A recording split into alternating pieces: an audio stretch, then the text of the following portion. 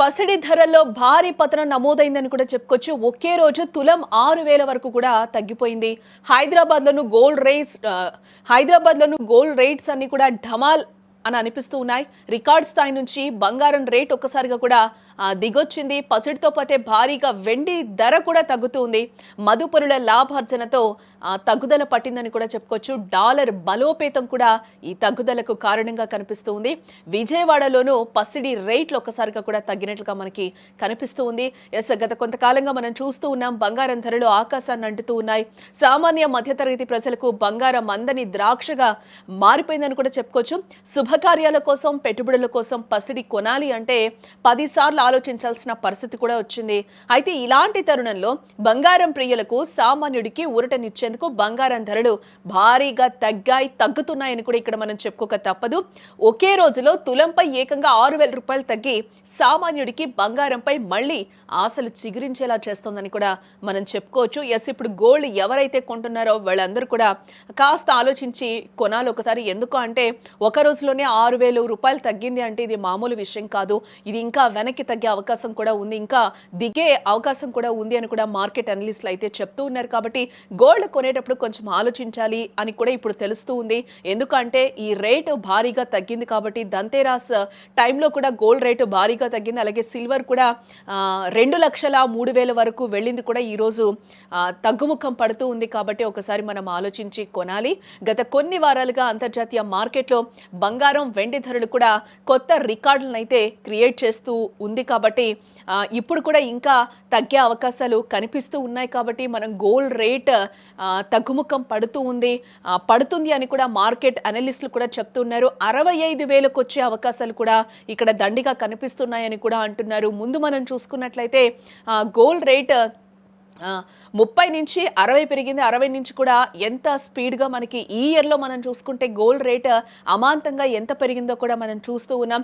ఇదే నేపథ్యంలో ఒక్కసారి వెనక్కి వచ్చే అవకాశాలు కూడా ఉన్నాయని కూడా నిపుణులు చెప్తూ ఉన్న నేపథ్యంలో కూడా గోల్డ్ మీద పెట్టుబడి పెట్టే వాళ్ళు, అలాగే గోల్డ్ కొనాలి అని అనుకున్న వాళ్ళు కూడా ఇంకొద్ది రోజులు ఆగితే బెటర్ అని కూడా మార్కెట్ అనలిస్టులు చెప్తూ ఉన్న నేపథ్యంలో ఒకసారి మనం గోల్డ్పై పెట్టేటప్పుడు, ఇన్వెస్ట్ చేసేటప్పుడు కూడా ఆలోచించాలి అని అంటున్నారు. మొన్నటి వరకు కూడా అందరూ సిల్వర్ మీద ఇన్వెస్ట్ చేసిన పరిస్థితి కనిపించింది. ఎందుకు అంటే 3 లక్షల వరకు చేరే అవకాశాలు సిల్వర్ కనిపిస్తూ ఉంది.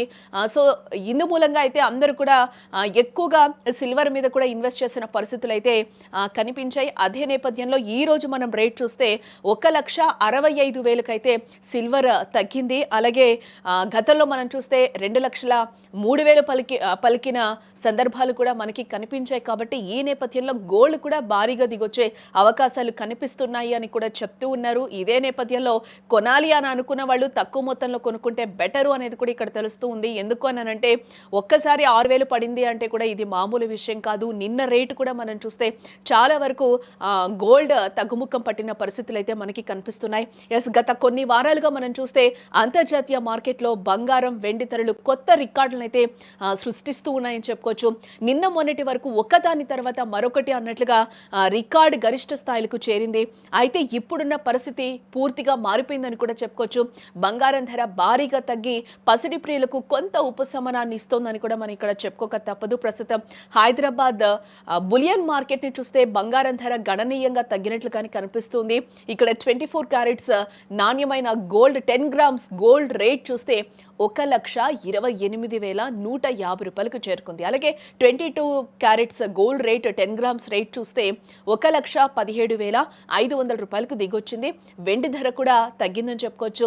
కిలో వెండి ధర ఇప్పుడు 1,65,000కు చేరుకుంది. మొన్నటి వరకు కూడా మనం చూసాం 2,03,000 పలికిన వెండి ధర అమాంతంగా కూడా ఆఫ్ రేట్కి తగ్గినట్టుగా కూడా ఇక్కడ మనకి కనిపిస్తుంది. ఒక్క రోజులో పసిడి ధర సుమారుగా 6,000 రూపాయలు తగ్గడం ఇక్కడ మనం విశేషంగా చెప్పుకోవచ్చు. హైదరాబాద్లోనే కాకుండా ఇటు ఆంధ్రప్రదేశ్ రాష్ట్రంలోని విజయవాడలో కూడా బంగారం ధరలు తగ్గుముఖం పట్టాయి. విజయవాడ బులియన్ మార్కెట్లో మనం చూస్తే 24 క్యారెట్స్ నాణ్యమైన 10 గ్రామ్స్ గోల్డ్ రేట్ చూస్తే 1,27,200 రూపాయలకి చేరింది.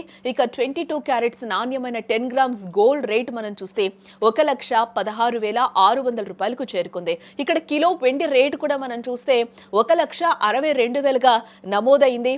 అలాగే ఇటీవల రికార్డు గరిష్టాలకు చేరిన బంగారం, వెండితో మదుపరులు కొంచెం లాభార్జనకు దిగారు. అంటే అధిక ధరలకు చేరుకున్న తర్వాత కొంతమంది పెట్టుబడిదారులు తమ బంగారాన్ని అమ్ముకోవడం కూడా ఇక్కడ మొదలుపెట్టారని కూడా చెప్పుకోవచ్చు. ఈ కారణంగా ధరలు తగ్గుముఖం పట్టాయి.